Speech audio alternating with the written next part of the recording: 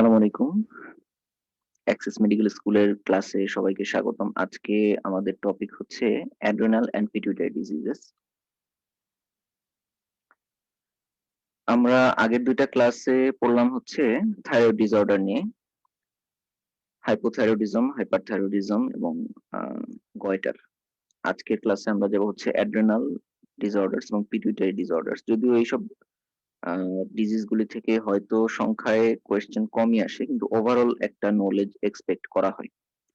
তাহলে আমাদের রিটেন কোয়েশ্চেনের তুলনায় এখানে টপিক ডিসকাশনটাই আজকে একটু বেশি হবে। ভিতরে যাওয়ার আগে একটা জিনিস আমরা আগেই বলে নেই। থাইরয়েডের বেলাতেও আমরা যেরকম দেখলাম যে যেকোনো এন্ডোক্রাইন গ্ল্যান্ড নিয়ে ডিসকাশনের সময় আমরা ৩ ধরনের ডিজিজ ওইখানে আলাপ আলোচনা করি। একটা হচ্ছে গ্ল্যান্ডের হাইপার ফাংশন হচ্ছে কিনা, আরেকটা হচ্ছে গ্ল্যান্ডের হাইপো ফাংশন হচ্ছে কিনা। আর লাস্টলি গ্ল্যান্ডে কোনো স্ট্রাকচারাল ডিফেক্ট বলতে আমরা এখানে মূলত বুঝি হচ্ছে গ্ল্যান্ড এনলার্জমেন্ট। ইউজুয়ালি সেটা টিউমার থেকে হয়। অন্য কারণেও হতে পারে। যেমন থাইরয়েড নিয়ে আমরা হচ্ছে হাইপোফাংশন অর্থাৎ হাইপোথাইরয়েডিজম, হাইপার ফাংশন অর্থাৎ থাইরোটক্সিকোসিস বা হাইপার থাইরয়েডিজম যদি আমরা হচ্ছে গ্ল্যান্ড থেকে সিক্রেশন বোঝাই, এবং হচ্ছে গয়টার অর্থাৎ থাইরয়েডের এনলার্জমেন্ট।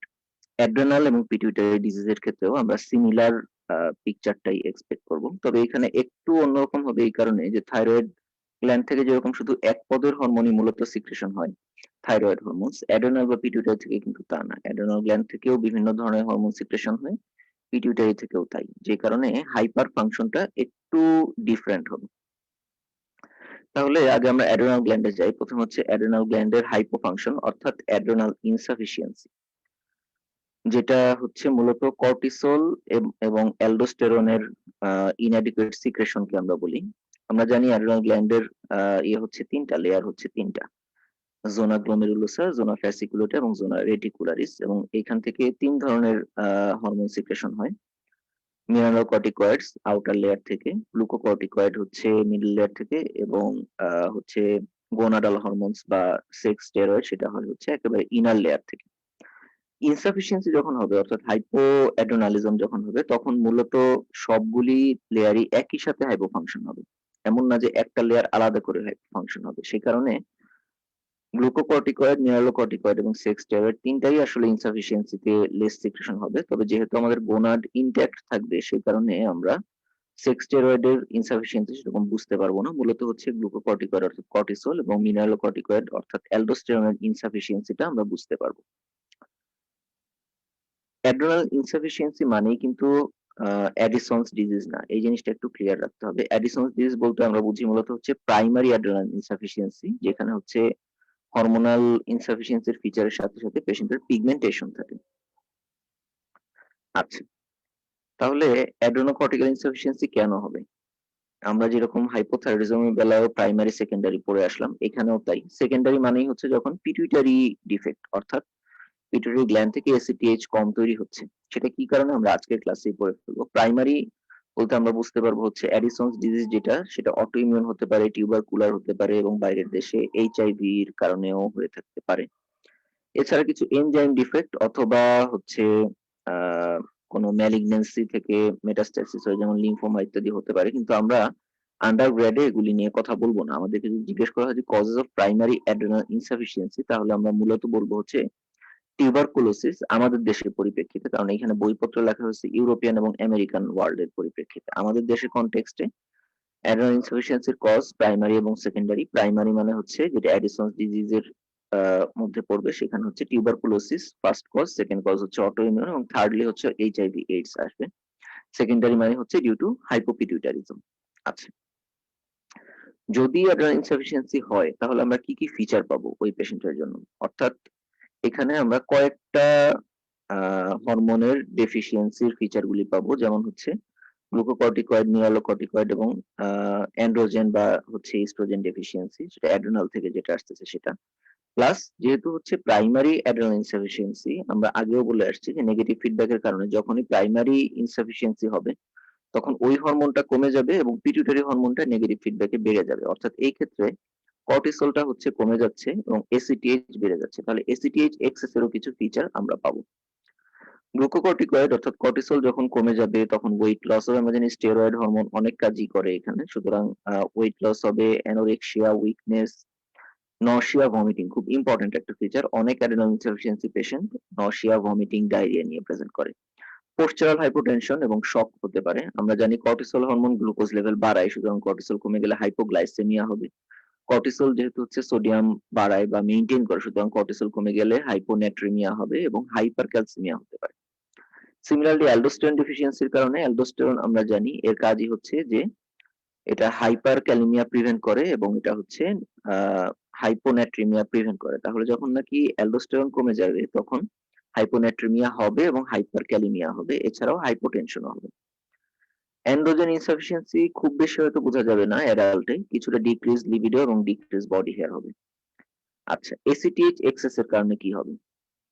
এসিটিএইচ আমাদের হচ্ছে বডিতে যখন তৈরি হচ্ছে পিটুইটারিতে, এসিটিএইচ হচ্ছে এটার প্রো হরমোনটা যেটা থাকে, প্রি-প্রো ওপিও মেলানোকর্টিন, সেখান থেকে একই সাথে এসিটিএইচ একই ফ্যাক্টরি থেকে এসিটিএইচ ও আসতেছে, আবার সেখান থেকে হচ্ছে মেলাটোনিনও আসতেছে। তার মানে এসিটিএইচ যখন বেশি বেশি তৈরি হবে, একই সাথে আমাদের হচ্ছে মেলাটোনিনও বেশি তৈরি হবে।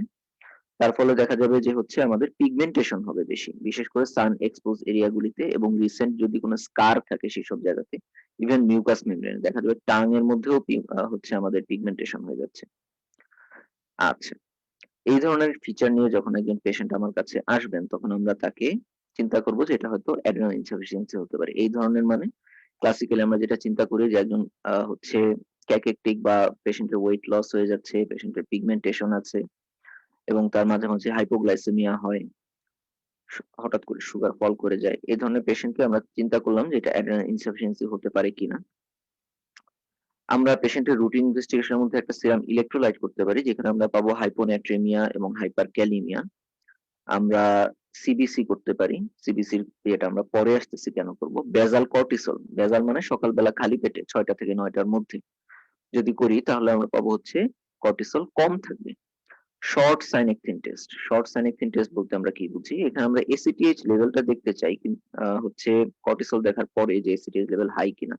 কিন্তু শর্ট সাইনেকথিন টেস্টে আমরা যেটা দেখতে চাই যে কর্টিসল লেভেল ইনক্রিজ হয় কিনা after stimulation by synthetic ACTH. Synacthen means synthetic ACTH, অর্থাৎ এটা একটা ডাইনামিক টেস্ট।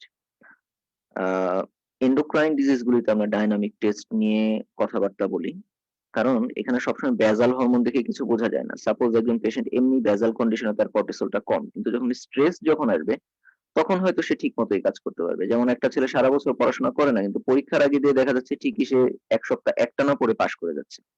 তাহলে সে যে আসলে পাশ করবে না, এটা তো তার আগের সারা বছরের হচ্ছে ওই ইনঅ্যাক্টিভ স্টেজ দেখে বোঝার কোনো উপায় নেই। একইভাবে কর্টিসলের ক্ষেত্রেও বোঝার কোনো উপায় নাই যে সে স্ট্রেস দিলে ভালো লেভেল মেইনটেইন করবে কিনা। সুতরাং আমরা তাকে স্ট্রেস দিব এবং এই স্ট্রেসটা হচ্ছে আমরা সিনথেটিক এসিটিএইচ বাইরে থেকে হাই অ্যামাউন্টে দিব। যদি অ্যাড্রিনাল গ্ল্যান্ড আসলেই অ্যাক্টিভ হয়, তাহলে ওই এসিটিএইচ দেওয়ার পরে সে বেশি বেশি কর্টিসল তৈরি করতে পারবে স্ট্রেসের কারণে। কিন্তু যদি তার ভিতরে জিনিস না থাকে, তাহলে যতই স্ট্রেস দেওয়া হোক না কেন, সে কিন্তু একটা লেভেল আর পার করতে পারবে না, সে লোয়ার লেভেলেই থাকবে। এটাকেই বলা হয় শর্ট সাইনেকথিন টেস্ট। শর্ট সাইনেকথিন টেস্টের একটা নাম হচ্ছে এসিটিএইচ স্টিমুলেশন টেস্ট। এটা আমরা বললাম যে কেন করব। আমাদের জন্য এতটুকুই মনে রাখা দরকার যে হচ্ছে মূলত primary or secondary adrenal insufficiency ডায়াগনোসিসের জন্য আমরা করব। এখানে সাইনেকথিন ইনজেকশন দিয়ে এটা করা হয়। ইনজেকশন দেওয়ার 30 এবং 60 মিনিট পরে। খুব বেশি কিছু এটা নিয়ে জানার দরকার নেই। আচ্ছা, এছাড়া একটা কথা এখানে আমি লিখতে ভুলে গেছি, সেটা হচ্ছে সিরাম এসিটিএইচ লেভেলটা দেখতে হবে। এসিটিএইচ লেভেল কেন দেখবো? এসিটিএইচ লেভেল যদি হাই থাকে তাহলে এটা primary adrenal insufficiency, ACTH level যদি লো থাকে অথবা নরমাল থাকে তাহলে এটা হচ্ছে সেকেন্ডারি অ্যাড্রিনাল ইনসাফিসিয়েন্সি, এটা ডায়াগনোসিস করার জন্য। আচ্ছা, ট্রিটমেন্ট কি দিব? সিম্পল জিনিস, যেহেতু হরমোন নাই, আমরা থাইরয়েডের ক্ষেত্রেও দেখে আসছি, হরমোন যেহেতু নাই তার মানে থাইরয়েড দিতে হবে, এখানেও তাই। গ্লুকোকর্টিকয়েড নাই, সুতরাং গ্লুকোকর্টিকয়েড দিতে হবে। আমরা প্রেডনিসোলন অথবা হাইড্রোকর্টিসন আমরা ওরালি দিতে পারি। ম্যাক্সিমাম পেশেন্টের ক্ষেত্রেই গ্লুকোকর্টিকয়েড দিলে সেটাও মিনারেলোকর্টিকয়েডের কাজ করে দেয়। সিনথেটিক গ্লুকোকর্টিকয়েডের কিছুটা মিনারেলোকর্টিকয়েড ইফেক্ট থাকে, কিন্তু কোনো কোনো ক্ষেত্রে দেখা যায় কারো কারো এক্সট্রা করে মিনারেলোকর্টিকয়েড লাগে, সেক্ষেত্রে আমরা আলাদা করে ফ্লুড্রোকর্টিসন দিতে পারি। এছাড়া অ্যাড্রেনাল ক্রাইসিস যখন হবে তখন তার ম্যানেজমেন্ট, যেমন আমাদের হচ্ছে মিক্সিডিমা কোমা একটা আছে, যেমন থাইরোটক্সিক ক্রাইসিস আছে। একইভাবে অ্যাড্রেনাল ইনসাফিসিয়েন্সি যখন হঠাৎ করে খারাপ হয়ে যাবে, কখন? মূলত হচ্ছে কোনো একটা স্ট্রেস, যেমন সার্জারি বা এরকম কোনো কিছু, অথবা কোনো একটা ইন্টারকারেন্ট ইনফেকশনের সময়। ক্রাইসিস যখন হবে তখন আমাদের কাজ হচ্ছে কয়েকটা। ১ নাম্বার হচ্ছে তাকে আইভি ফ্লুইড দিতে হবে ভলিউম মেইনটেইন করার জন্য এবং সোডিয়াম মেইনটেইন করার জন্য। ২ নাম্বার হচ্ছে আমাদেরকে গ্লুকোকর্টিকয়েড অর্থাৎ আইভি হাইড্রোকর্টিসন দিতে হবে। ৩ নাম্বার হচ্ছে আমাদের হাইপোগ্লাইসেমিয়া প্রিভেনশন করার জন্য হচ্ছে গ্লুকোজ দিতে হবে আইভি এবং ৪ নাম্বারে হচ্ছে যে কারণে প্রেসিপিটেট হলো ক্রাইসিসটা এটা আমাদেরকে ট্রিট করতে লাগবে। মেক্সিমাম ক্ষেত্রে সেটা ইনফেকশন। আচ্ছা। এই কারণে সরি যেসব পেশেন্ট অ্যাড্রেনাল ইনসাফিসিয়েন্সির পেশেন্ট তাদের ক্ষেত্রে আমাদের কিছু অ্যাডভাইস থাকে। ইউজুয়ালি পরীক্ষায় এটা আসে না কিন্তু হয়তো জিজ্ঞেস করা হয়। জিজ্ঞেস করার জন্য অর্থাৎ রিটেনে আসে না, হয়তো ভাইভাতে জিজ্ঞেস করা হতে পারে। তাহলে এটা না দেখে আমরা একটু বাংলায় কি লেখা আছে সেটা একটু দেখি। এটা একটা স্টেরয়েড কার্ড যেটা হচ্ছে এন্ডোক্রাইন ডিপার্টমেন্ট বারডেম থেকে দেওয়া হতো। সেখানে পেশেন্টের নাম, ধাম, ফোন নাম্বার। ফোন নাম্বার হচ্ছে তার কোনো আত্মীয় পরিজনের ফোন নাম্বার। ডায়াগনোসিস কেন তাকে হচ্ছে ওষুধটা দেওয়া হচ্ছে, স্টেরয়েড দেওয়া হচ্ছে, কি গ্লুকোকর্টিকয়েডটা দেওয়া হচ্ছে, কোন ডোজে এবং বিপদে পড়লে কোন হসপিটালে তাকে ফোন করতে হবে। তাহলে এখানে খেয়াল রাখার ব্যাপার যেটা জ্বর, ডায়রিয়া অথবা অন্য কোনো অসুস্থতা থাকলে আমাদের গ্লুকোকর্টিকয়েডের মাত্রা ডাবল অথবা ট্রিপল করতে হতে পারে। এবং যখনই এই ধরনের অ্যাড্রেনাল ইনসাফিসিয়েন্সি পেশেন্ট হঠাৎ করে আনকনশিয়াস হয়ে যাবে অথবা অল্টার্ড কনশাসনেস হয়ে যাবে তখনই তাদেরকে হাইড্রোকর্টিসন ইনজেকশন এবং হচ্ছে নরমাল স্যালাইন অথবা আমরা যেটা প্রেফার করি ডেক্সট্রোজিন নরমাল স্যালাইন দিয়ে তারপরে সাথে সাথে তাকে হসপিটালে নিয়ে যেতে হবে অথবা হসপিটালে নিয়ে দিতে হবে এটা। এই কার্ডটা সবসময় অ্যাড্রেনাল ইনসাফিসিয়েন্সি পেশেন্ট ক্যারি করবেন। তার কারণ হঠাৎ করে রাস্তাঘাটে একজন মানুষ অজ্ঞান হয়ে যাচ্ছে, আগেই তো অ্যাড্রেনাল ইনসাফিসিয়েন্সির চিন্তা মানুষের মাথায় আসবে না। এই কারণে লাইফ সেভিং ট্রিটমেন্ট পাওয়ার জন্য উনি সবসময় এই কার্ডটা ক্যারি করবেন তার আইডি কার্ডের মতো করে। আচ্ছা, এটা গেল ইনসাফিসিয়েন্সির কথা। এখন যদি হাইপার ফাংশন হয়, হাইপার ফাংশন যখন হবে তখন তো একটা একটা লেয়ার আলাদা আলাদা করে হবে। যদি কর্টিসল এক্সেস হয় তাহলে সেটা হবে হচ্ছে কুশিং সিনড্রোম, যদি হচ্ছে মিনারেলোকর্টিকয়েড এক্সেস হয় তাহলে সেটা হবে কনস সিনড্রোম। যদি এটা হচ্ছে আমাদের গোনাডাল হরমোন অর্থাৎ সেক্স স্টেরয়েড এক্সেস হয় তাহলে সেটা হবে অ্যাড্রেনোজেনিটাল সিনড্রোম। যদি অ্যাড্রেনোজেনিটাল সিনড্রোম নিয়ে আমাদের খুব একটা বেশি মাথা ব্যথা নাই, কিন্তু একটা জিনিসের কথা আমরা এখনো বলি নাই, সেটা হচ্ছে অ্যাড্রেনাল মেডুলা। অ্যাড্রেনাল মেডুলা থেকে আমরা জানি, আমরা তো এতক্ষণ কর্টেক্স নিয়ে বলতেছিলাম, কিন্তু অ্যাড্রেনাল মেডুলাও তো হচ্ছে তার নিচেই থাকে এবং যখন হচ্ছে এক্সেসিভ হয় সেখান থেকে যখন হচ্ছে আমাদের যেটা বলে যে এপিনেফ্রিন নর এপিনেফ্রিন ইনফিউজ সিক্রেশন হয় সেই কন্ডিশনটাকে আমরা বলি হচ্ছে ফিওক্রোমোসাইটোমা। আচ্ছা, তাহলে আমরা প্রথমে যাই হচ্ছে কুশিং সিনড্রোমে। সিমটম এবং সাইন যেগুলি গ্লুকোকর্টিকয়েড এক্সেস ইন ব্লাডে হতে পারে, কি কি সেগুলি? একটা হতে পারে যদি এক্সোজেনাস স্টেরয়েড কেউ খায়, আমাদের দেশে এটা খুবই কমন, অ্যাজমার জন্য অথবা রিউমাটোলজিক্যাল কোনো ডিজিজের জন্য দেখা যাচ্ছে নিজে থেকেই, অথবা গ্রামে গঞ্জে কেউ হচ্ছে মোটা তাজা হওয়ার জন্য খায়, শরীর স্বাস্থ্য ভালো হওয়ার জন্য খায়, খেয়ে দিয়ে তারপর মুখ চোখ ফুলে যায়, দেখা যাচ্ছে তার ফেস ফুলে যায়, তার অ্যাবডোমিনাল ওবেসিটি হয় কিন্তু হাত পা চিকন হয়ে যায়, মনে হয় যে একটা লেবুর মধ্যে কেউ একটা ম্যাচের কাঠি ঢুকাই দিচ্ছে, হাত পা দেখলে সেরকম মনে হয়, এটাকে বলা হয় ম্যাচস্টিক ইন লেমন অ্যাপিয়ারেন্স। আচ্ছা, এটা তো হচ্ছে যদি কেউ বাইরে থেকে খায়, কিন্তু এমনি অসুখ হিসাবে কি কি হতে পারে? একটা হচ্ছে যদি পিটুইটারি থেকে আসে, এসিটিএইচ সিক্রেটিং পিটুইটারি অ্যাডেনোমা যেটাকে আমরা বলি কুশিং ডিজিজ। একটা হতে পারে যদি অন্য কোনো কার্সিনোমা থেকে একটোপিক এসিটিএইচ সিক্রেশন হয়, অর্থাৎ একটা প্যারানিওপ্লাস্টিক সিনড্রোম হিসেবে আমরা এটা কিন্তু থার্ড ইয়ার ফোর্থ ইয়ারে পড়ে আসছি, না যে হচ্ছে রবিনস আমাদের প্যারানিওপ্লাস্টিক সিনড্রোমের মধ্যে ছিল যে একটোপিক কুশিং হতে পারে, ectopic ACTH usually small cell carcinoma of the lung থেকে এটা আসে বেশিরভাগ। এছাড়া আরেকটা যেটা হয় সেটা হচ্ছে কর্টিসল সিক্রেটিং, নিচের এটা আসলে একটু ভুল, এটা হচ্ছে কর্টিসল সিক্রেটিং অ্যাড্রেনাল টিউমার হবে, এই লেখাটা ভুল হয়ে গেছে। তাহলে যদি অ্যাড্রেনাল গ্ল্যান্ড থেকে যদি হচ্ছে বেশি বেশি সিক্রেশন হয় তার মানে হচ্ছে প্রাইমারি, এটা আসলে সত্যিকার অর্থে প্রাইমারি। আর যদি পিটুইটারি থেকে হয় যেটাকে আমরা বলবো কুশিং ডিজিজ, আর একটা হচ্ছে একটোপিক এসিটিএইচ সিক্রেশন। মূলত এগুলি হচ্ছে কজেস অফ কুশিং সিনড্রোম। কিরকম দেখতে হবে পেশেন্টকে, আমরা এটা সেই ফিজিওলজি থেকে পড়ে আসতেছি, গাইটনের যে ছবি ছিল, রাউন্ড প্লেথোরিক মুন ফেস, প্লেথোরিক মানে হচ্ছে লাল লাল হয় জিনিসটা, কারণ হচ্ছে খুব বেশি ফ্লাশড থাকে, একনি থাকে, হার্সুটিজম থাকতে পারে ফিমেলে, হার্সুটিজম মানে আমরা জানি excess facial hair in female in male pattern. শুধু ফেশিয়াল হেয়ার থাকলেই হবে না, সেটা মেল প্যাটার্নে থাকতে হবে, অর্থাৎ বিয়ার্ড এবং মুস্টাশ যেসব জায়গায় থাকে সেই সব জায়গায়, তার সাথে thinning of scalp hair. Weight gain হবে এবং হচ্ছে truncal obesity with thin limbs, যেটা একটু আগে আমরা বললাম যে ম্যাচস্টিক ইন লেমন, মনে হবে যে একটা লেবুর মধ্যে দুইটা হাত আর দুইটা পা ঢুকায় দেওয়া হয়েছে ম্যাচস্টিকের মতো করে। বাফেলো হাম্প, পিঠের পিছন দিকে, পিঠে ঠিক না, নেপ অফ নেক এর নিচে হচ্ছে দেখে মনে হবে গরুর কুজের মতো বা ষাঁড়ের কুজের মতো।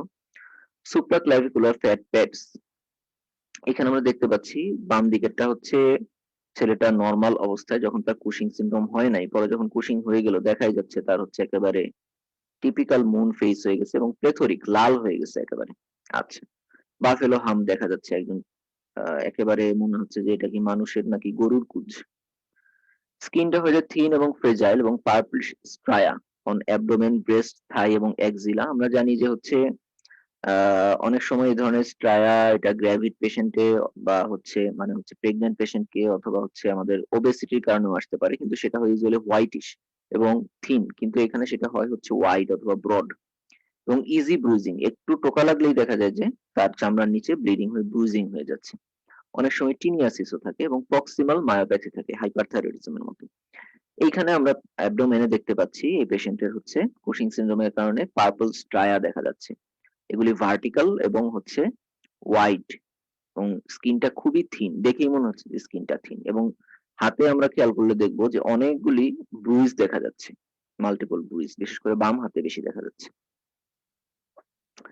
কিছু মুড ডিস্টারবেন্স হতে পারে, যেমন হচ্ছে ডিপ্রেশন, সাইকোসিস, ফিমেইলে মেনস্ট্রুয়াল ডিস্টারবেন্স হতে পারে, মেইলে লো লিবিডো এবং ইম্পর্টেন্স হতে পারে, হাইপারটেনশন ডেফিনেটলি হবেই যেহেতু কর্টিসল বেশি, আইজিটি অথবা ফ্র্যাঙ্ক ডায়াবেটিস মেলাইটাস হতে পারে, অস্টিওপেনিয়া এবং অস্টিওপোরোসিস থেকে আলটিমেটলি ফ্র্যাকচার এবং ইনফেকশন, বিশেষ করে ফাঙ্গাল ইনফেকশন হওয়ার চান্সটা বেশি। একটা ছবির মধ্যে সবকিছু। কি কি ইনভেস্টিগেশন করব? প্রথমে দেখতে হবে যে কর্টিসল বেশি কিনা, তার জন্য আমরা হচ্ছে ডায়ার্নাল রিদম, নরমালি আমরা জানি যে সকালবেলা কর্টিসল বেশি থাকে, বিকালবেলা কম থাকে, অর্থাৎ বিকালবেলা সকালের চেয়ে অর্ধেকের মতো থাকে। তাহলে সকালে এবং বিকালে 9 AM এ এবং 5 PM এ কর্টিসল আমরা দেখব। যদি বিকালের দিকে কর্টিসল বাড়তি হয়ে যায় তাহলে চিন্তা করব রিদম লস্ট, তার মানে এটা সম্ভবত কুশিং সিনড্রোম হওয়ার একটা চান্স থাকবে। এছাড়াও আরো দেখতে হবে 24 আওয়ার ইউরিনারি ফ্রি কর্টিসল, 24 ঘন্টার ইউরিনের মধ্যে, মিডনাইট স্যালাইভারি কর্টিসল, রাত 11টার সময় টাঙের আন্ডার সারফেস থেকে স্যালাইভা নিয়ে সেখানে আমরা কর্টিসল লেভেলটা বেশি কিনা সেটা দেখব, এবং লো ডোজ ডেক্সামিথাসোন সাপ্রেশন টেস্ট। আমরা অ্যাড্রিনাল ইনসাফিসিয়েন্সিতে পড়ে আসলাম হচ্ছে যেটা বলে যে স্টিমুলেশন টেস্ট, কারণ সেখানে কম ছিল, এখানে উল্টা, এখানে আমরা দেখবো যে সাপ্রেশন হয় কিনা। যদি সে আসলেই এক্সিস এর মধ্যে থাকে তাহলে একটু নরমালি হচ্ছে তার কর্টিসল বেশি থাকতো। নরমালি বলতে কি রকম? যারা সবসময় খুব বেশি স্ট্রেসে থাকে, যারা ডিপ্রেস থাকে অথবা ওবেস পেশেন্ট, তাদের দেখা যায় ফলসলি আমরা একটু কর্টিসল লেভেল হাই পেতে পারি সকালবেলা বা বিকালবেলা চেক করলে। কিন্তু যদি আমরা তাদেরকে বাইরে থেকে ডেক্সামিথাসোন দেই, আমরা জানি ডেক্সামিথাসোন হচ্ছে একটা সিনথেটিক স্টেরয়েড, তাহলে ডেক্সামিথাসোন দিলে ডেফিনেটলি আমার এসিটিএইচ এক্সেসটা হচ্ছে সাপ্রেশন হয়ে যাবে, তাহলে তার কর্টিসল লেভেলটাও সাপ্রেস হয়ে যাওয়ার কথা। যদি সাপ্রেশন না হয় তাহলে বুঝতে হবে যে সে আসলেই হচ্ছে একটা অটোনোমাস সিক্রেশন হচ্ছে। রাত 11টার সময় 2টা ডেক্সামেথসোন ট্যাবলেট আমরা তাকে খেতে দিব, পরের দিন সকালবেলা 9টার সময় কর্টিসল টেস্ট করে দেখব সেটা কম নাকি বেশি। যদি কম হয় তার মানে হচ্ছে সে সাপ্রেস, তার মানে নরমাল, যদি বেশি হয় তার মানে এটা অ্যাবনরমাল, অর্থাৎ কুশিংস এর পরে যাচ্ছে। তাহলে এই চারটা টেস্ট আমরা করতে দিচ্ছি, 9 AM এবং 5 PM cortisol, 24 hour urinary cortisol, dexamethasone suppression test, midnight salivary cortisol. এরপরে আমরা বুঝলাম যে না, কুশিং সিনড্রোম হতে পারে, এটা কর্টিসল বেশি। নেক্সট কাজ হলো কোত্থেকে আসতেছে সেটা, এসিটিএইচ চেক করব। এসিটিএইচ টেস্ট করে যদি আমরা দেখি যে এসিটিএইচ বেশি তার মানে এটা পিটুইটারি থেকে, যদি এসিটিএইচ কম থাকে তার মানে এটা অ্যাড্রেনাল থেকে, সহজ হিসাব। High dose dexamethasone suppression test, এটা অন্য আরেকটা টেস্ট যেটা আমরা যদি বুঝতে না পারি যে এটা পিটুইটারি কজ না অ্যাড্রেনাল কজ, তখন আমরা অনেক সময় করতে চাই। এটা নিয়ে খুব বেশি কথা আমরা এখন বলবো না, তাহলে আসল কথা ভুলে যাব। এই কথাগুলো অলরেডি বলে ফেলছি। আচ্ছা, এখন আমরা বুঝে ফেললাম যে হচ্ছে এটা হয়তো পিটুইটারিতেই আছে অথবা অ্যাড্রেনালেই আছে। এখন আমাকে বুঝতে হবে যে কোন অ্যাড্রেনাল, রাইট অ্যাড্রেনাল নাকি লেফট অ্যাড্রেনাল। পিটুইটারিতে যদি হয় কোন জায়গাটায় আছে, কারণ আমি তো খুলে গিয়ে খোঁচাখুচি করতে পারবো না, সার্জারির আগেই বুঝে ফেলতে হবে আমাকে। তাহলে লোকালাইজ করার জন্য সিটি স্ক্যান অথবা এমআরআই অ্যাবডোমেন, পিটুইটারির এমআরআই করতে লাগবে। যদি আমি একটোপিক এসিটিএইচ সিনড্রোম চিন্তা করি যে স্মল সেল কার্সিনোমা থেকে আসলো কিনা, তাহলে আমাকে সিটি চেস্ট অথবা এক্সরে টেস্ট, এক্সরে এখন আর করা হয় না সেভাবে, ইনফেরিয়র পেট্রোসাল সাইনাস স্যাম্পলিং, এই কথা জাস্ট শুনে রাখার জন্য যে কোনো একদিন কোনো একটা লেকচারে আমরা শুনছিলাম যে কুশিং সিনড্রোম যদি আমরা ডায়াগনোস করতে না পারি তাহলে ইনফেরিয়র পেট্রোসাল সাইনাস স্যাম্পলিং করে ওইখান থেকে ভেনাস ব্লাড নিয়ে বোঝা যেতে পারে যে ওটা পিটুইটারি থেকে আসতেছে না একটোপিক থেকে আসতেছে ইত্যাদি ইত্যাদি। এইটার ডিটেলসে আবার আমরা যাব না, কারণ তাহলে আসল কথা ভুলে যাব, এগুলি নিয়ে কোনো কথা বলা হবে না। তাহলে একটু আগে যে কথাটা আমরা বললাম সেটার একটা ফ্লো চার্ট, অর্থাৎ আমরা যদি হচ্ছে ইউরিনারি কর্টিসল করে এবং অন্যান্য ডেক্সামেথাসোন সাপ্রেশন টেস্ট করে যদি আমরা বেশি পাই তাহলে আমরা কুশিং সিনড্রোম চিন্তা করে এসিটিএইচ লেভেল দেখব। এসিটিএইচ বেশি থাকলে আমরা চিন্তা করব যে হচ্ছে এটা পিটুইটারি থেকে কিনা, অনেক বেশি থাকলে এবং যদি সাপ্রেস না হয় তাহলে চিন্তা করব একটোপিক। যদি হচ্ছে নরমাল অথবা হচ্ছে আহ, আমাদের লো, সরি নরমাল না, লো অর আনডিটেক্টেবল এসিটিএইচ থাকে তাহলে আমরা অ্যাডেনাল কুশিং চিন্তা করব। ছবি, এখানে আমরা ছবি দেখতে পাচ্ছি একটা কুশিং ডিজিজ। কুশিং সিনড্রোম মানে হচ্ছে যে কোনো কারণে যদি কর্টিসল বেশি হয় ব্লাডে, বাইরে ভিতরে যেখান থেকেই হোক না কেন, কিন্তু যখন pituitary tumour, ACTH secreting pituitary টিউমারের কারণে ওই কুশিং সিনড্রোমটা হয় সেটাকে আমরা বলি কুশিং ডিজিজ। এখানে অ্যারো দিয়ে আমরা দেখতে পাচ্ছি একটা pituitary micro adenoma. Micro adenoma মানে হচ্ছে যখন সেটা 10 মিলিমিটারের কম হয় সেটাকে আমরা বলি মাইক্রো অ্যাডেনোমা, আর 10 মিলিমিটারের বেশি হলে বলি ম্যাক্রো অ্যাডেনোমা। তাহলে এখানে একটা পিটুইটারি মাইক্রো অ্যাডেনোমা দেখা যাচ্ছে, সাদার মধ্যে হালকা একটা ধূসর জায়গা দেখা যাচ্ছে ছোট গোল, ওইটাই হচ্ছে মাইক্রো অ্যাডেনোমাটা। এটা থেকে এসিটিএইচ তৈরি হচ্ছিল। এটা হচ্ছে আমরা এখানে দেখতে পাচ্ছি রাইট অ্যাডেনাল গ্ল্যান্ড ট্যারো দিয়ে দেখাচ্ছে যে লিভারের এক পাশে দিয়ে অনেক বড় হয়ে আছে, এটা একটা অ্যাড্রেনাল অ্যাডেনোমা, এখান থেকে কুশিং সিনড্রোম হচ্ছিল। এখানে আমরা দেখতে পাচ্ছি এটা কিসের ছবি, সিটি চেস্ট, তাই না? এখানে ডান দিকে আমাদের হচ্ছে রাইট লাঙে দেখা যাচ্ছে যে একটা ছোট্ট লিশন, এটা একটা হচ্ছে স্মল সেল কার্সিনোমার ছবি। এখান থেকে একটোপিক এসিটিএইচ সিক্রেশন হচ্ছিল, যেটার কারণে পেশেন্টের কুশিং সিনড্রোমের ফিচার গুলি ছিল। ট্রিটমেন্ট কি? ট্রিটমেন্ট একেবারে সিম্পল কথা, সার্জারি। কারণ সব জায়গাতেই টিউমার পাচ্ছি, তাহলে টিউমার তো অপারেশন না করে উপায় নাই। যদি কি কুশিং ডিজিজ হয় তাহলে পিটুইটারি সার্জারি করতে হবে, সেটা ট্রান্সফেনয়েডাল অ্যাপ্রোচে করা যেতে পারে। আমরা যেটা সবসময় বলি, অর্থাৎ স্ফেনয়েডাল বোনকে কেটে নেজাল এখানে ব্রিজের উপর দিয়ে হচ্ছে আমাদের কেটে তারপর আমরা স্ফেনয়েড বোনকে, বেজি স্ফেনয়েডটাকে আমরা হচ্ছে কেটে নিয়ে তারপরে যাব, আমরা যাব না, নিউরোসার্জনরা যাবে, আমরা তো কিছু পারি না এগুলি। যাই হোক, রেডিওথেরাপি দেওয়া লাগতে পারে কোনো কোনো ক্ষেত্রে যদি সার্জারি না করা যায়, অথবা সার্জারি করেও কোনো কোনো ক্ষেত্রে দিতে হয়। আচ্ছা, অ্যাডেনাল অ্যাডেনোমা যদি হয় তাহলে অ্যাডেনালেক্টমি করতে হবে, সেটা ল্যাপারোস্কোপিক অথবা ওপেন হতে পারে। কোনো কোনো ক্ষেত্রে সার্জারি আসলে হচ্ছে করা সম্ভব হয় না, যেমন বিশেষ করে যদি এটা একটোপিক এসিটিএইচ সিনড্রোম হয়, একটা কার্সিনোমা লাং মেটাস্ট্যাসিস হয়ে গেছে, এখন আর এটা অপারেবল নাই, সেক্ষেত্রে জাস্ট মেডিকেল ট্রিটমেন্ট, মেটাইরাপোন এবং কিটোকোনাজল এরা অ্যাডেনাল গ্ল্যান্ডকে সাপ্রেস করে। মনে থাকবে না, সার্জারিটা মনে রাখাই যথেষ্ট। তাহলে কি বললাম, কুশিং সিনড্রোম অর্থাৎ এটা হচ্ছে কর্টিসল ওভার অ্যাক্টিভিটি বা হাইপার কর্টিসলিজম। নেক্সট আসবে হাইপার অ্যালডোস্টেরোনিজম, যেটাকে আমরা বলবো হচ্ছে কনস সিনড্রোম। ডেভিডসনের অনেক কথাবার্তা বলা আছে, এত কথাবার্তা আমাদের মনে রাখার দরকার নেই। এটা দেখানোর উদ্দেশ্য হচ্ছে যে আমরা যেটা বলতে যাচ্ছিলাম যে অ্যালডোস্টেরন হাই অনেক কারণেই থাকতে পারে, আমরা সবগুলি এখানে বলবো না, আমরা মূলত কনস সিনড্রোম নিয়ে কথা বলবো।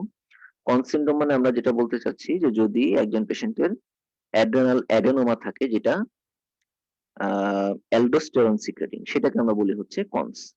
আচ্ছা, কখন চিন্তা করব, যদি পেশেন্টের রেজিস্ট্যান্ট হাইপারটেনশন থাকে, অর্থাৎ তিনটা অ্যান্টি হাইপারটেনসিভ ড্রাগ দিয়েও কন্ট্রোল হচ্ছে না, যদি হাইপারটেনশনের সাথে হাইপোক্যালিমিয়া থাকে, আমরা জানি অ্যালডোস্টেরনের কাজ হচ্ছে পটাশিয়াম কমানো, তাহলে হাইপার অ্যালডোস্টেরনিজম হলে ডেফিনেটলি তার হাইপোক্যালিমিয়া হতে পারে। তাহলে হাইপারটেনশন উইথ হাইপোক্যালিমিয়া যদি থাকে আমাদের অবশ্যই কনস চিন্তা করতে হবে।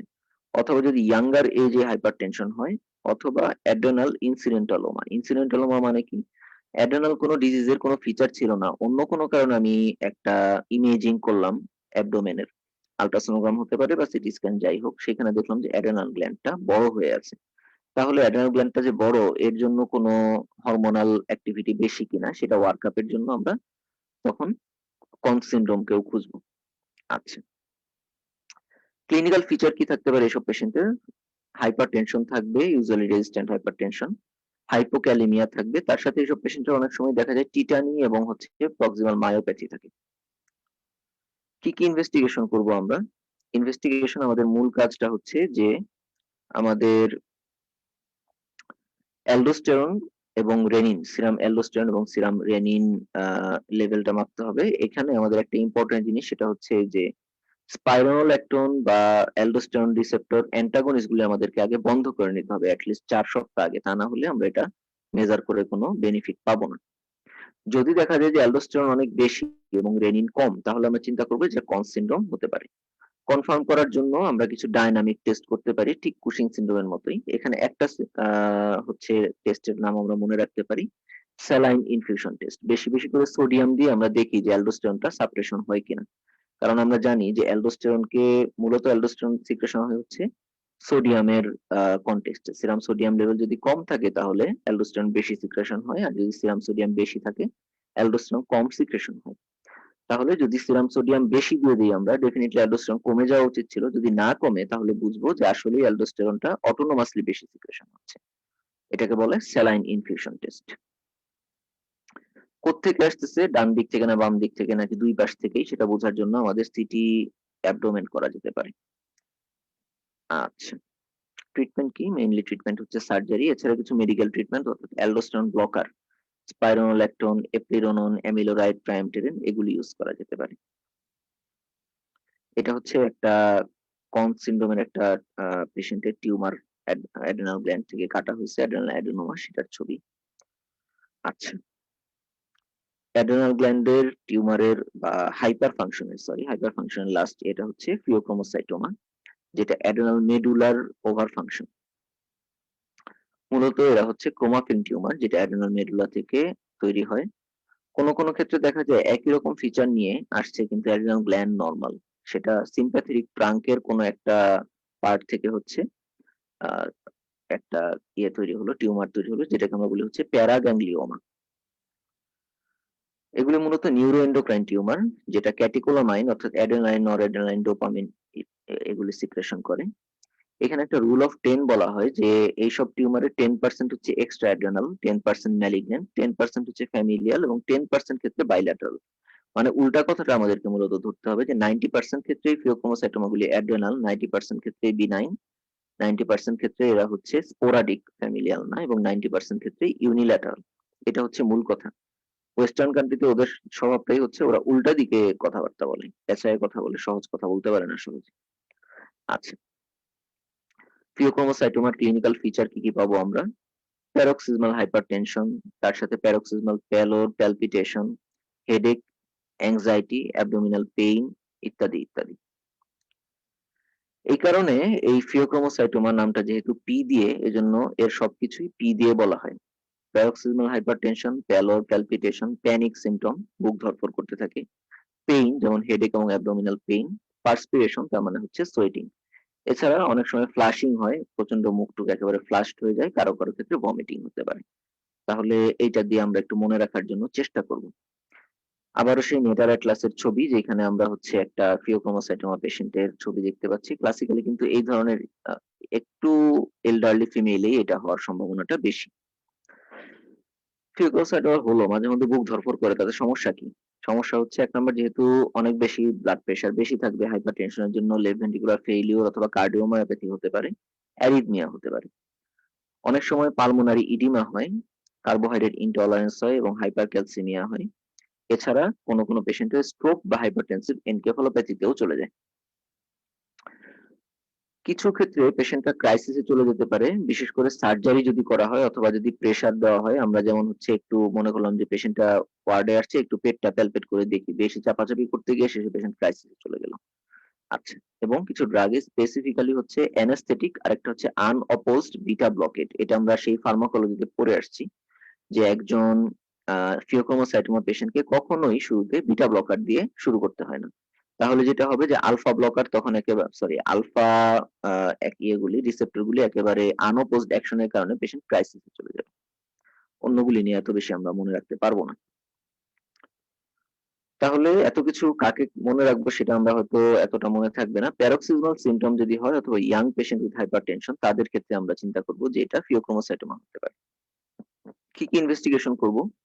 মূল ইনভেস্টিগেশন হচ্ছে আমাদের 24 আওয়ার ইউরিনারি ভিএমএ, ভ্যানিলাল ম্যান্ডেলিক অ্যাসিড অথবা 24 আওয়ার ইউরিনারি মেটানেফ্রিন। সবার উপরেরটা এবং সবার নিচেরটা আমাদের দেশে হয় না দেখে আমরা একটু কম বলি। ভিএমএ এবং মেটানেফ্রিন ইউরিনে 24 আওয়ার ইউরিনে, এটাই আমরা পরীক্ষার জন্য মনে রাখবো। ভিএমএ টেস্ট করার আগে যতদূর সম্ভব চেষ্টা করতে হবে যে হচ্ছে কিছু জিনিস অ্যাভয়েড করার জন্য 3-4 দিন আগে থেকে, যেমন হচ্ছে অ্যাসপিরিন, চা, কফি, চকলেট, ফেনোথায়াজিন গ্রুপের ড্রাগ, স্টিমেটিল ইত্যাদি ইত্যাদি। Tricyclic antidepressant, maximum antihypertensive drug যতটুকু সম্ভব অ্যাভয়েড করে পারা যায়। ভ্যানিলা, কলা, আনারস, বাদাম, শিম এবং আলু যতটুকু সম্ভব পারা যায় অ্যাভয়েড করতে লাগবে। তাহলে পেশেন্ট খাবে কি, এটা নিয়ে অবশ্যই একটা কথা চলে আসবে যে সবকিছু যদি বাদ দিয়ে দেন তাহলে কি খাবেন। যাই হোক, সেটা আমরা জানি না, বইয়ে সেই কথা লেখা নেই। আচ্ছা, লোকালাইজেশন করার জন্য আমরা বুঝে ফেললাম যে এটা আসলেই হচ্ছে বেশি বেশি ক্যাটেকোলামাইন সিক্রেশন হচ্ছে। সেক্ষেত্রে আমরা CT scan of the abdomen করতে পারি। কিছু নিউক্লিয়ার স্ক্যান আছে এবং পেট স্ক্যান আছে। নিউক্লিয়ার স্ক্যানের নাম মুখস্থ করার দরকার নাই, বেশি মনে রাখতে গেলে সমস্যা। এখানে সিটি স্ক্যানে এটা আমাদের হচ্ছে একটা করোনাল প্লেনে দেখা যাচ্ছে। সেখানে আমরা দেখতে পাচ্ছি লেফট সাইডে বিশাল বড় একটা অ্যাডেনাল টিউমার, এতই বড় যে ওইটার চাপে হচ্ছে বাদ বাকি সব চ্যাপ্টা হয়ে গেছে, কিছুই দেখা যাচ্ছে না। এটা একটা ফিওক্রোমোসাইটোমা। এটা এমআইবিজি স্ক্যান। এমআইবিজি স্ক্যান নিয়ে আমি কিছু বলবো না। আচ্ছা, ট্রিটমেন্ট কি দিব? অবশ্যই মেডিকেল ট্রিটমেন্টের মধ্যে আগে তো সার্জারি এক সময় করতেই হবে, কিন্তু তার আগে হচ্ছে আলফা ব্লকার দিয়ে নিতে হবে, ফেনোক্সিবেনজামিন। তারপরে হচ্ছে একটা নন সিলেক্টিভ বিটা ব্লকার, প্রোপানল, অনেক সময় লেবেটাললও দেওয়া হয়। সবসময় আগে আলফা তারপরে বিটা। প্রয়োজনে ক্যালসিয়াম চ্যানেল ব্লকার দেওয়া যাবে, এরপরেও যদি প্রয়োজন হয় নাইট্রোগ্লিসারিনও দেওয়া যাবে। ভিগোরাস এক্সারসাইজ করা যাবে না, বেশ কিছু খাবার খাওয়া যাবে না, যেমন হচ্ছে পনির টনির ইত্যাদি ইত্যাদি। সার্জারি হচ্ছে মূলত অ্যাডেনালাইক্টমি করতে হবে। সার্জারির আগে ব্লাড প্রেশার ভালো মতো কন্ট্রোল করে নিতে হবে এবং সার্জারির সময়ে হচ্ছে আইভি এজেন্ট দিয়ে আমাদের ব্লাড প্রেশার কন্ট্রোল করতে হবে। অ্যানেস্থেসিয়ার সময় অ্যাট্রোপিন দেওয়া যায় না এই পেশেন্টে, তাহলে ক্রাইসিস হয়ে যায়। আচ্ছা, তাহলে আমরা কিন্তু অ্যাড্রিনাল গ্ল্যান্ড সম্পর্কে কথাবার্তা বলে ফেলছি মোটামুটি। একটু আমরা সামারি করি, যেহেতু লম্বা হয়ে যাচ্ছে। একটু সামারি করি। সামারিটা হলো যে আমরা অ্যাড্রিনাল গ্ল্যান্ড সম্পর্কে বললাম যে অ্যাড্রিনাল গ্ল্যান্ডের হচ্ছে ইনসাফিসিয়েন্সি হতে পারে এবং ওভার অ্যাকশন হতে পারে। অ্যাড্রিনাল গ্ল্যান্ডের ইনসাফিসিয়েন্সি বলতে হচ্ছে আমরা যেটা বলবো যে প্রাইমারি যদি হয় তাহলে অ্যাডিসনস ডিজিজ, যেটার কারণ ছিল টিউবারকুলোসিস, অটোইমিউন এবং এইচআইভি। আর সেকেন্ডারি মানে পিটুইটারির কারণে যদি হয়, সেখানে আমরা ইনভেস্টিগেশন করব হচ্ছে, আমরা ক্লিনিক্যাল ফিচার তো বললাম, ইনভেস্টিগেশন করব হচ্ছে সিরাম কর্টিসল এবং এসিটিএইচ তো করবই, তার সাথে শর্ট সাইনিকটিন টেস্ট, এছাড়াও ইলেকট্রোলাইট, সিবিসি, আরবিএস ইত্যাদি করব। ট্রিটমেন্ট দিব হচ্ছে মূলত আমরা স্টেরয়েড রিপ্লেসমেন্ট, আর ক্রাইসিসে চলে গেলে আইভি ফ্লুইড, আইভি হাইড্রোকর্টিসন ইত্যাদি ইত্যাদি। ওভার ফাংশন যখন হবে, কুশিং সিনড্রোম যখন হবে, তখন আমরা যদি সেটা অ্যাড্রেনাল গ্ল্যান্ডে হয় তাহলে তো অ্যাড্রেনাল কুশিং, যদি পিটুইটারি থেকে আসে তাহলে সেটা কুশিং ডিজিজ, আর যদি বাইরে থেকে আসে তাহলে একটোপিক কুশিং। আমরা সেখানে হচ্ছে সিরাম কর্টিসলের বাইরেও ইউরিনারি কর্টিসল এবং ডেক্সামেথাসোন সাপ্রেশন টেস্ট করব, এসিটিএইচ লেভেলটা দেখব, আর তারপরে আমরা ইমেজিং করব কোত্থেকে আসলো সেটা দেখার জন্য। ট্রিটমেন্ট হচ্ছে মূলত সার্জিক্যাল। যখন মিনারেলোকর্টিকয়েড এক্সেস হয় সেটাকে বললাম আমরা কনস। যদি একজন পেশেন্টের হাইপারটেনশন এবং হাইপোক্যালিমিয়া থাকে তাহলে আমরা চিন্তা করব, অথবা যদি রেজিস্ট্যান্ট বা ইয়াং এজে হাইপারটেনশন হয় তাহলেও চিন্তা করব, যেটা কনস সিনড্রোম হতে পারে। অ্যাড্রেনাল গ্ল্যান্ড বড় আছে কিনা সেটা তো খুঁজতেই হবে, কিন্তু তার আগে দেখে নিতে হবে যে পেশেন্টের পটাশিয়াম কম কিনা এবং পেশেন্টের হচ্ছে অ্যালডোস্টেরন লেভেল বেশি, রেনিন লেভেল কম কিনা। একটা ডায়নামিক টেস্ট আমরা এই ক্ষেত্রে করি, যেটার নাম হচ্ছে স্যালাইন ইনফিউশন টেস্ট। ট্রিটমেন্ট মূলত সার্জিক্যাল, তার সাথে আমরা অ্যালডোস্টেরন রিসেপ্টর ব্লকার যেমন স্পাইরোনোল্যাকটোন দিতে পারবো। আচ্ছা, এবং যদি হচ্ছে অ্যাডেনাল মেডুলারি হাইপার অ্যাক্টিভিটি হয় সেটাকে আমরা বললাম ফিওক্রোমোসাইটোমা, তবে একই রকমের ফিচার নিয়ে যদি সিম্প্যাথেটিক ট্রাঙ্কের টিউমার হয় সেটাকে আমরা বলবো প্যারাগ্যাংলিওমা। বিভিন্ন ধরনের পি জাতীয় ফিচার নিয়ে আসবে, অর্থাৎ প্যারক্সিসমাল হাইপোটেনশন, হাইপারটেনশন অথবা পোস্টারাল হাইপোটেনশন, এবং প্যালর থাকতে পারে, প্যালপিটেশন থাকতে পারে, প্যানিক অ্যাটাক থাকতে পারে ইত্যাদি ইত্যাদি, পার্সপিরেশন থাকতে পারে। আচ্ছা, এদের ক্ষেত্রে আমরা কি লেভেল দেখব? ইউরিনের মধ্যে হচ্ছে 24 আওয়ার ইউরিনের ভিএমএ, ভ্যানিল ম্যালডিডিক অ্যাসিড অথবা মেটানেফ্রিন দেখবো আমরা। লোকালাইজ করার জন্য চেষ্টা করব, লোকালাইজ করার জন্য সিটি, এমআরআই অথবা পেট স্ক্যান ইত্যাদি ইত্যাদি করতে পারি। ট্রিটমেন্ট আবারও সার্জিক্যাল, কিন্তু তার আগে মেডিকেল ট্রিটমেন্ট থাকবে এবং ইম্পর্টেন্ট হচ্ছে আগে আলফা ব্লকার পরে বিটা ব্লকার, তা না হলে পেশেন্ট ক্রাইসিসে চলে যাবে। আচ্ছা, ঠিক আছে, মোটামুটি কিছু কথা মাথায় থাকবে রেসিডিউ। এখন আমরা চলে যাই হচ্ছে পিটিউটারিতে, মাস্টার গ্ল্যান্ড। পিটুইটারি কি কি অসুখ হতে পারে? আবারও সেই একই কথা, হাইপোফাংশন, হাইপার ফাংশন এবং হচ্ছে সিম্পল কোনো ফাংশনের সমস্যা না হয়েও টিউমার অর্থাৎ অ্যাডেনোমা। তাহলে হাইপোফাংশন সবগুলি একসাথে হরমোনই চলে যাবে। হাইপার ফাংশন মানে প্রত্যেকটা হরমোন আলাদা আলাদা হাইপার ফাংশন হবে। আর টিউমার তো টিউমার। পিটুইটারির ছবি এখানে দেখা যাচ্ছে। এই ছবি আমার চেয়ে সবাই ভালো জানে। আমি এটা নিয়ে কথাবার্তা বলবো না। পিটুইটারিতে কি কি হরমোন সিক্রেশন হয়? LH, FSH, TSH, prolactin, growth hormone, ACTH, তাই তো? আচ্ছা। তাহলে এক নজরে যদি আমরা দেখি যে পিটুইটারি গ্ল্যান্ডের সমস্যার জন্য কি কি সমস্যা হতে পারে? হরমোন এক্সেস যেমন হাইপারপ্রোল্যাকটিনেমিয়া হয়ে গ্যালাক্টোরিয়া, অ্যামেনোরিয়া হতে পারে, অ্যাক্রোমেগালি হতে পারে যদি গ্রোথ হরমোন বেশি হয়, কুশিং ডিজিজ হতে পারে যদি হচ্ছে ACTH বেশি হয়। অন্যগুলি যেমন থাইরয়েড বা এগুলি খুব একটা বেশি দেখা যায় না। হাইপোপিটুইটারিজম মানে সবগুলির জন্যই সমস্যা হবে। মূলত ACTH কমে গিয়ে লেথার্জি, হাইপোটেনশন অর্থাৎ অ্যাড্রেনাল ইনসাফিসিয়েন্সির ফিচার, TSH কমে গিয়ে হাইপোথাইরয়েডিজমের মতো ফিচার এবং হচ্ছে গোনাডোট্রপিন কমে গিয়ে দেখা যাবে অ্যামেনোরিয়া অথবা ডিক্রিজ লিবিডো। আচ্ছা, গ্রোথ হরমোন কমে গিয়ে আসলে অ্যাডাল্টে তেমন একটা কিছু হয় না খুব বেশি, কিন্তু বাচ্চা বয়সে যদি হয় তাহলে তো শর্ট স্ট্যাচার হবে ডেফিনেটলি। আরেকটা হলো পোস্টেরিয়র পিটুইটারি, যেটা কথা আমরা প্রায়ই ভুলে যাই। পোস্টেরিয়র পিটুইটারি হরমোন যদি কমে যায় তাহলে সেটাকে আমরা বলি হচ্ছে ডায়াবেটিস ইনসিপিডাস, তাই তো? সেখানে ADH কমে যাচ্ছে। আচ্ছা, এছাড়া যদি শুধুই টিউমার হয় তাহলে শুধু টিউমারের কিছু লোকাল কমপ্লিকেশন থাকে। হেডেক, ভিজুয়াল ফিল্ড ডিফেক্ট অর্থাৎ অপটিক কায়াজমাকে চাপ দিয়ে, সেই আমাদের ফার্স্ট ইয়ারের স্নেইলের বই আমরা পড়ে আসছিলাম যে অপটিক কায়াজমাকে চাপ দিয়ে বাইটেম্পোরাল হেমিয়ানোপিয়া করতে পারে। বাদ বাকিগুলি নিয়ে আমি খুব একটা বেশি কথাবার্তা বলবো না, এগুলি পোস্ট গ্রাজুয়েশনের কথাবার্তা। হাইপোপিটিউটারিজম কেন হতে পারে? আবারও আমাদের সেই কথা যে সবকিছু তো মনে থাকে না, এই জন্য আমরা বলি যে কয়েকটা আই দিয়ে মনে রাখতে চাই। ইনফার্কশন যেমন শিহান সিন্ড্রোমে ব্লাড সাপ্লাই কমে গিয়ে ইনফার্ক্ট হয়ে যায় পিটিউটারি। ইনফেকশন যদি হয় যেমন টিউবারকুলোসিস, ইনফিল্ট্রেশন, কিছু ইনফিল্ট্রেটিভ ডিজিজ যেমন হচ্ছে আমাদের হেমোক্রোমাটোসিস ইত্যাদি ইত্যাদি। আয়াট্রোজেনিক অপারেশন করে বা রেডিয়েশন দেওয়া হলো, ক্র্যানিয়াল ইরেডিয়েশন দেওয়া হলো যেমন লিউকেমিয়া পেশেন্টদের ক্ষেত্রে যদি দেওয়া হয়। ইডিওপ্যাথিক জানি না কারণ, ইমিউনোলজিক্যাল কিছু ডিজিজ, অটো ইমিউন কিছু ডিজিজ, ইনভেসিভ ইনক্লুডিং কিছু টিউমার, ইনজুরি এবং হচ্ছে আইসোলেটেড অর্থাৎ একটা হরমোন আলাদা করে কমে গেল। সবগুলি তো আর মনে থাকবে না, মনে রাখার দরকারও নাই। ২-৩টা মনে রাখতে পারলেই যথেষ্ট। হঠাৎ করে ভাইবা জিজ্ঞেস করে যেন অন্তত ২-১টা বলতে পারি। সবগুলি হরমোন কিন্তু যদিও চলে যায়, সব হরমোন একসাথে ডেফিসিয়েন্সি হয় না। সাধারণত দেখা যায় সবার আগে গ্রোথ হরমোনটা ডেফিসিয়েন্সি হয়, তারপরে গোনাডোট্রপিন, তারপরে ACTH এবং সবার শেষে হচ্ছে TSH টা লস হয়। কি কি ম্যানিফেস্টেশন হয়? একটু আগেই আমরা পড়ে আসছি। LH-FSH কমে যাওয়ার কারণে হচ্ছে ইরেকটাইল ডিসফাংশন হয় মেইলে এবং ফিমেলে হয় হচ্ছে ইনফার্টিলিটি, অ্যামেনোরিয়া।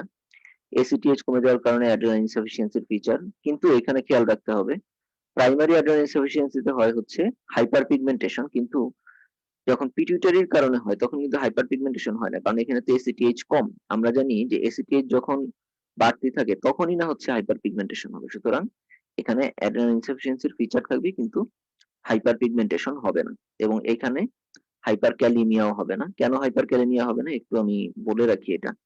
কারণ হচ্ছে যে আমরা যদি একটু মনে করি পটাশিয়াম নিয়ে কাজ করে কে? মূলত অ্যালডোস্টেরন। অ্যালডোস্টেরন কিন্তু ACTH এর উপরে ডিপেন্ডেন্ট না। অ্যালডোস্টেরন হচ্ছে রেনিনের উপরে ডিপেন্ডেন্ট। তার অ্যাক্সিস আলাদা। ACTH তাকে কন্ট্রোল করতে পারে না। বডিতে কয়েকটা হরমোন আছে যারা পিটুইটারি কন্ট্রোলের বাইরে। যেমন একটা হচ্ছে অ্যালডোস্টেরন, একটা হচ্ছে আমাদের অ্যাড্রেনাল মেডুলা, একটা হচ্ছে প্যানক্রিয়াস। প্যানক্রিয়াস কিন্তু পিটুইটারির সাথে তার কোনো সংযোগ নাই। আরেকটা হচ্ছে প্যারাথাইরয়েড, তার সাথেও পিটুইটারির কোনো সংযোগ নেই। এই কারণে ACTH কমে গেলেও কিন্তু অ্যালডোস্টেরনের কোনো ঝামেলা হয় না, যে কারণে হাইপারক্যালেমিয়া হয় না সেকেন্ডারি অ্যাড্রেনাল ইনসাফিসিয়েন্সিতে। TSH কমলে হাইপোথাইরয়েডিজমের ফিচার হবে, প্রোল্যাকটিন কমে গেলে ল্যাকটেশনাল ফেইলিওর হবে এবং ADH কমে গেলে পলিউরিয়া, পলিডিক্সিয়া, ডায়াবেটিস ইনসিপিডাস হবে। শিহান সিনড্রোম প্রায়ই বলা হয়, বিশেষ করে অবস এবং গাইনিতে এই জিনিসটা ধরা হয়। Haemorrhagic infarction of the enlarge postpartum pituitary gland causing hypopituitarism. ব্যাপারটা কি হচ্ছে? সিম্পল কথায় আমরা বলি যে নরমালি যখন হচ্ছে প্রেগন্যান্সির সময় তো প্রচুর পরিমাণে হরমোনাল অ্যাক্টিভিটি লাগে, যে কারণে পিটুইটারিতে অনেক বেশি বড় হয়ে যায়। এখন পিটুইটারি বড় হয়ে যাওয়া মানে তার ব্লাড সাপ্লাই বেশি লাগতেছে। যদি ডেলিভারির সময় হঠাৎ করে দেখা যায় যে প্রচুর পরিমাণে ব্লিডিং হয়, তাহলে এই যে ব্লাড সার্কুলেশনে ব্লাডটা কমে যাচ্ছে, বডি তখন চেষ্টা করবে যে ভাইটাল অর্গান গুলিকে বেশি বেশি করে যতটুকুই আছে সেটা আগে ভাইটাল অর্গানে সাপ্লাই দিতে। পিটুইটারি তখন ভাগে খুব একটা বেশি পাবে না। এখন পিটুইটারি এমনিতেই সে সাইজে বড় হয়ে গেছিল। হয়তো নরমাল সাইজে থাকলে সে ওই ব্লাড দিয়ে চালাতে পারত। কিন্তু যখন নাকি হচ্ছে পিটুইটারিটা এনলার্জ হয়ে আছে, অর্থাৎ হাইপারপ্লাসিয়া হয়ে আছে তখন, ওই অবস্থায় সে কিন্তু এই শকটাকে নিতে পারে না, যার ফলে পিটুইটারি ইনফার্ক্ট হয়ে যায়। ইউজুয়ালি পিপিএইচ এর পরে এটা হয় এবং সাধারণত যেটা হয় যে হচ্ছে পেশেন্টের ডেলিভারির পরে দেখা যায় তার কোনো অ্যামেনোরিয়া হচ্ছে তার এবং তার ল্যাকটেশনাল ফেইলিউর, ব্রেস্ট ফিডিং করতে পারে না বেবিকে। সাধারণত তাদের লাইফ টাইম রিপ্লেসমেন্ট লাগে সবগুলি হরমোনেরই। এখনকার দিনে এটা কম হয়, আগের দিনে অনেক বেশি হতো, বিশেষ করে আন্ডার ডেভেলপ কান্ট্রি আমাদের দেশগুলিতে অনেক বেশি ছিল জিনিসটা। আচ্ছা, এখন পিটুইটারি হরমোন ইনসাফিসিয়েন্সির জন্য আমরা কি কি করব? অন্য যেগুলি আমরা দেখে আসলাম, যেমন হচ্ছে FT4 TSH করতে হবে, FT4 কম, TSH কম থাকবে, কর্টিসল এবং ACTH করতে লাগবে, প্রোল্যাকটিন করতে লাগবে, LH-FSH চেক করতে লাগবে। কিছু ডায়নামিক টেস্ট যেমন শর্ট সাইনিকটিন টেস্ট করা যেতে পারে এবং হচ্ছে আমরা পিটুইটারির চেহারাটা দেখার জন্য MRI পিটুইটারি উইথ কন্ট্রাস্ট করব। ট্রিটমেন্ট কি কি দিব আমরা? ট্রিটমেন্ট হচ্ছে হরমোন রিপ্লেসমেন্ট দিব এবং ট্রিটমেন্ট অফ আন্ডারলাইং কজ। সব ক্ষেত্রে আমরা কজ পাবো না, হাইপোপিটুইটারিজম পেলেও ট্রিট করতে পারবো না। যে পিটুইটারি অলরেডি ইনফ্যাক্ট হয়ে গেছে বা টিউমার দিয়ে ড্যামেজ হয়ে গেছে, তার তো আর কিছু করার নাই, টিউমারটা হয়তো রিমুভ করা যেতে পারে। একটা ইম্পর্টেন্ট কথা হচ্ছে, যখন থাইরয়েড এবং কর্টিসল একই সাথে ডেফিসিয়েন্সি হচ্ছে পিটুইটারি থেকে, তখন আগে আমাদেরকে কর্টিসল দিতে হবে, পরে থাইরয়েড দিতে হবে। কারণ আমরা জানি থাইরয়েড হরমোন যখন দেওয়া হবে তখন মেটাবলিজম বাড়বে। মেটাবলিজম যখন বেশি হবে তখন যদি তার কর্টিসল কম থাকে তাহলে তো সে ক্রাইসিসে চলে যাবে। এই কারণে আগে কর্টিসল দিব, তারপরে থাইরয়েড দিব। আচ্ছা, পিটুইটারি হাইপার ফাংশন এগুলি মূলত একটু পরে আসতেছে, তার আগে পিটুইটারি টিউমারে আমরা একটু যাই। নন ফাংশনিং হতে পারে, ফাংশনিং হতে পারে। নন ফাংশনিং মানে ক্রোমোফোব সেল থেকে যদি হয়। ফাংশনিং হবে কখন? প্রোল্যাক্টিনোমা, অ্যাক্রোমেগালি এবং কুশিং ডিজিজ। প্রোল্যাক্টিন বেশি হলে প্রোল্যাক্টিনোমা, যদি গ্রোথ হরমোন বেশি হয় আফটার হচ্ছে তার এপিফ্যাসিয়াল ফিউশন, তাহলে সেটা হচ্ছে অ্যাক্রোমেগালি। আর যদি এপিফ্যাসিয়াল ফিউশনের আগে হয় তাহলে তো সেটা জাইগান্টিজম বলতে হবে আমাদেরকে। আর হচ্ছে কুশিং ডিজিজ যদি এসিটিএস সিক্রেটিং পিটুইটারি টিউমার হয়। হাইপারপ্রোলেকটিনেমিয়া অনেকগুলি কজ আছে, আমাদের খুব একটা বেশি পরীক্ষায় আসে না। কিছু ফিজিওলজিক্যাল কজ আছে, কিছু ড্রাগ যেমন হচ্ছে অ্যান্টিসাইকোটিক এবং অ্যান্টিডিপ্রেসেন্ট ওসিপিও করে। এছাড়া অন্য কিছু অসুখ বিসুখ, এর মধ্যে ইম্পর্টেন্ট হচ্ছে প্রোল্যাক্টিনোমা আমাদের জন্য। মূলত ক্লিনিক্যাল ফিচার ফিমেলে হচ্ছে প্রোল্যাক্টিন যখন বেশি থাকে তখন গ্যালাক্টোরিয়া, অর্থাৎ এক্সেসিভ হচ্ছে ব্রেস্ট মিল্ক সিক্রেশন অথবা inappropriate breast milk secretion, amenorrhoea এবং ইনফার্টিলিটি। আর মেইলের ক্ষেত্রে হচ্ছে ডিক্রিজ লিবিডো। ট্রিটমেন্ট মূলত হচ্ছে ট্রিটমেন্ট অফ কজ আর কিছু ডোপামিন অ্যাগনিস্ট, আমরা জানি ডোপামিন প্রোল্যাক্টিনকে ইনহিবিট করে, যেমন ব্রোমোক্রিপ্টিন অথবা ক্যাবারগুলিন দেওয়া যায়। অ্যাক্রোমেগালি যখন হচ্ছে growth hormone secretion from a pituitary tumour, usually এটা একটা ম্যাক্রো অ্যাডেনোমা হয়। অ্যাক্রোমেগালি পেশেন্টের কি কি ফিচার থাকে আমরা এটাও সেই ফার্স্ট ইয়ার থেকে পড়ে আসতেছি, যে তার হচ্ছে হেডেক থাকতে পারে এবং coarse facial features, enlargement of lips, tongue, nose অর্থাৎ soft tissue, enlargement of acral parts মানে হচ্ছে টার্মিনাল পার্ট যেমন হাত, পা ইত্যাদি ইত্যাদি অনেক বড় বড় হয়ে যায়। তার সাথে দেখা যায় যে পেশেন্টের প্রোগনাথিজম, অর্থাৎ তার ম্যান্ডিবলটা সামনের দিকে চলে আসে, যেই কারণে আমরা যদি মুখ বন্ধ করি তাহলে দেখবো যে আপার জর টিথ গুলি সাধারণত লোয়ার জর চেয়ে সামনে থাকে, কিন্তু এদের ক্ষেত্রে উল্টা হয়, এরা মুখ বন্ধ করলে দেখা যায় যে লোয়ার জর টিথ গুলি আপার জকে ক্রস করে সামনের দিকে চলে যাচ্ছে, এটাকে বলা হয় প্রোগনাথিজম। এইসব পেশেন্টের গলার আওয়াজটা হয় হচ্ছে কেমন ফাঁপা, ক্যাভার্নাস ভয়েস বলে, মনে হয় যে হচ্ছে একটা বড় কলসির ভিতর থেকে আওয়াজ আসতেছে। এবং তাদের হাত পা বড় থাকে, চেহারাটাও দেখতে কেমন লাগে, এই কারণে এদের ম্যাক্সিমামই হচ্ছে আর্মিতে গিয়ে নাম লেখায়, যেহেতু লম্বা চওড়া হয়ে যায়, কিন্তু আবার খুব বেশি দূর উঠতে পারে না। পিটারি ম্যাক্রোডোমা হয়ে দেখা যায় তারা একটু বোকা টোকা হয়ে যায়। কার্ডিওমায়োপ্যাথি হয় অনেকের ক্ষেত্রে, সফট টিস্যু যেমন লিভারও এনলার্জমেন্ট হয়, টাং এনলার্জমেন্ট হয় এবং তাদের অস্টিওআর্থ্রাইটিস হয়, তাদের দেখা যায় ব্যাক পেইন টেইন হয়ে যায়। এখানে আমরা একজন রেসলারের ছবি দেখতে পাচ্ছি যার অ্যাক্রোমেগালি, বিশাল লম্বা লোক, কিন্তু এর আমরা যদি খেয়াল করে দেখি উনি কিন্তু হচ্ছে একটু বাঁকা হয়ে হাঁটে, একটু হচ্ছে তার লর্ডোসিস বেশি, কারণ তার হচ্ছে অস্টিওআর্থ্রাইটিস এর জন্য। এবং আমরা যদি ক্লোজ ইন করে দেখি তাহলে খেয়াল করলেই দেখা যাচ্ছে তার প্রোগনাথিজম আছে, অ্যাক্রাল পার্ট গুলি বেশি বড়, কিন্তু সেই তুলনায় মাসল কিন্তু খুব বেশি নাই। যতটা লম্বা চওড়া আছে মাসল খুব বেশি নাই, কারণ এইসব পেশেন্টের আমরা দেখতেই পাচ্ছি একটু মায়োপ্যাথি থাকে। আচ্ছা, ইনভেস্টিগেশন কি করব, গ্রোথ হরমোন দেখবো আমরা, এছাড়া IGF-1 insulin like growth factor 1 টা আমরা দেখতে পারি। অন্যান্য পিটুইটারি হরমোন কেন দেখবো, কারণ টিউমার যেহেতু হচ্ছে গ্রোথ হরমোন বেশি সিক্রেশন হচ্ছে, অন্য হরমোনগুলি তাহলে চাপ খেয়ে কম সিক্রেশন হবে, অর্থাৎ হাইপোপিটুইটারিজমের ফিচার আসবে অন্যদের ক্ষেত্রে, এবং একটা MRI পিটুইটারি করতে হবে। ট্রিটমেন্ট হচ্ছে মূলত সার্জিক্যাল, মেডিকেল ট্রিটমেন্ট আছে কিছু, সোমাটোস্ট্যাটিন দেওয়া যায়, খুব বেশি একটা কাজে লাগে না সেটা। ডায়াবেটিস ইনসিপিটাস, ডায়াবেটিস বললে আমরা মেলাইটাস নিয়ে কথাবার্তা বলি, কিন্তু ডায়াবেটিস ইনসিপিটাস একটা জিনিস আছে, এটাও আমরা ফিজিওলজিতে পড়ে আসছি, যেটা মূলত পলিউরিয়া এবং পলিডিপসিয়াতে নিয়ে প্রেজেন্ট করে।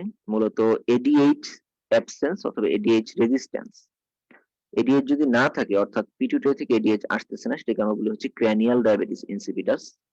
কারণ জানতে চাচ্ছি না।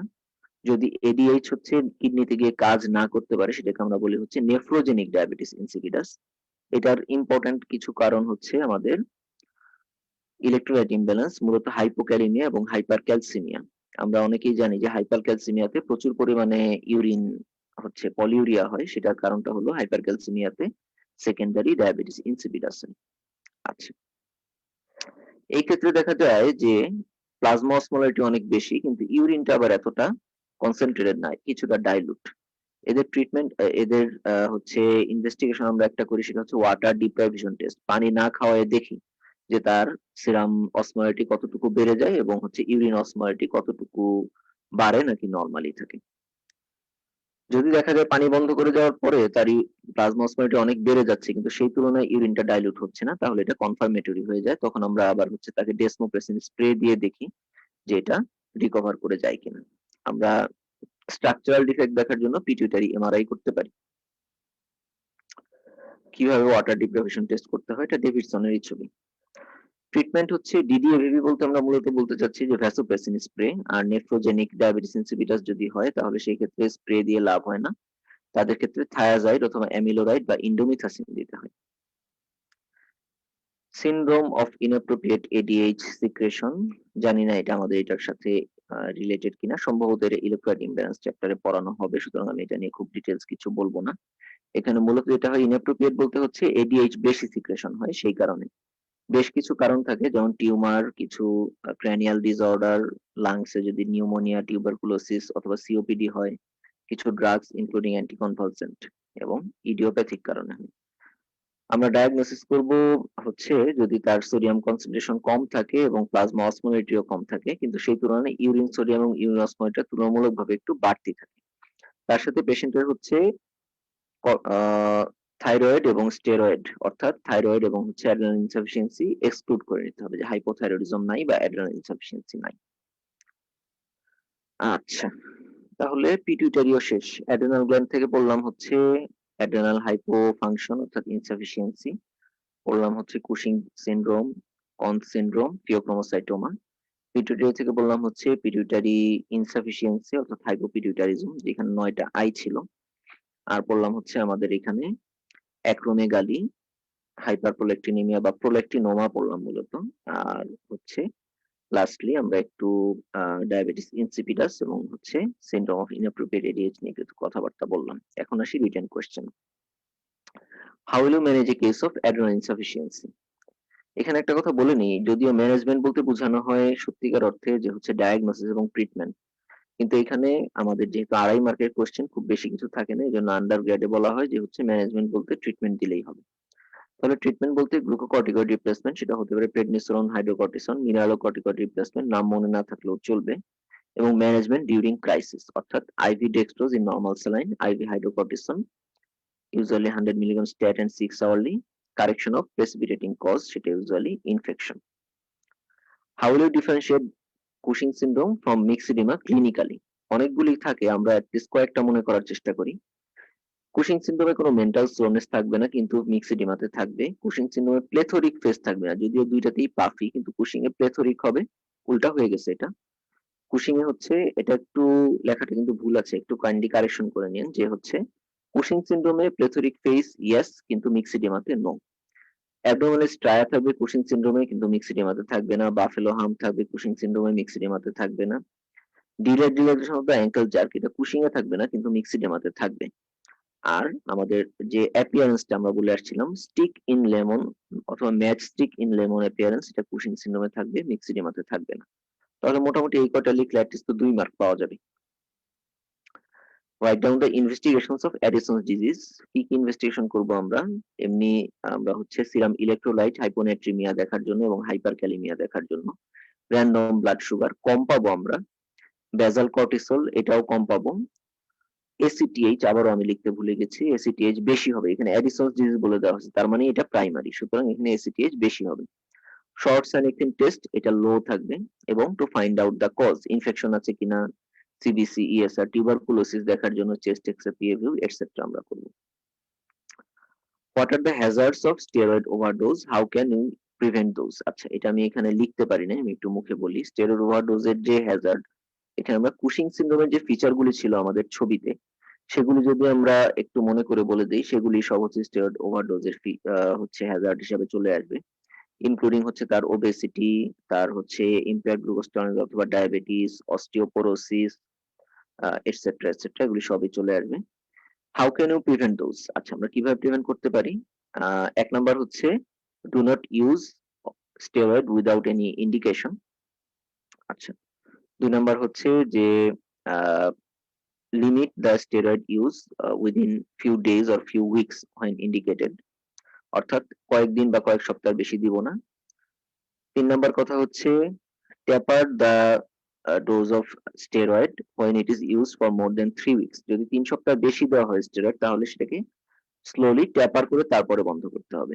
এক লাফে বন্ধ করে দেওয়া যাবে না, তাহলে সেটা হঠাৎ করে অ্যাড্রেনাল ক্রাইসিসে চলে যেতে পারে। আচ্ছা, 4 নম্বরে হচ্ছে limit the use of steroid during morning or if needed in the evening but not in the night, অর্থাৎ আমরা রাতের বেলা হচ্ছে স্টেরয়েড দিতে চাইবো না, কারণ রাতের বেলা যদি আমরা স্টেরয়েড দিই তাহলে অ্যাক্সিস সাপ্রেশন হওয়ার চান্সটা বেশি। আচ্ছা, এটা গেল 4 নাম্বার কথা। 5 নাম্বার কথা হচ্ছে যে try to use less potent steroid. Less potent বলতে যেমন হাইড্রোকর্টিসন অথবা প্রেডনিসোলন, এগুলি অ্যাক্সিস সাপ্রেশন কম করে। ডেক্সামিথাসোন, বিটামিথাসোন এগুলি অ্যাক্সিস সাপ্রেশন বেশি করে। What are the conditions causing gynaecomastia? এটা আমাদের এই ইয়ের মধ্যে ছিল না, আমরা একটু বলে দিই। একটা হচ্ছে ফিজিওলজিক্যাল, পিউবার্টির সময় হচ্ছে কিছুটা গাইনোকোমেশিয়া হতে পারে। গাইনোকোমেশিয়া বলতে আমরা বুঝি হচ্ছে ব্রেস্ট এনলার্জমেন্ট ইন মেল, সেটা ইউনিল্যাটারাল হয়, বাইল্যাটারাল হয়।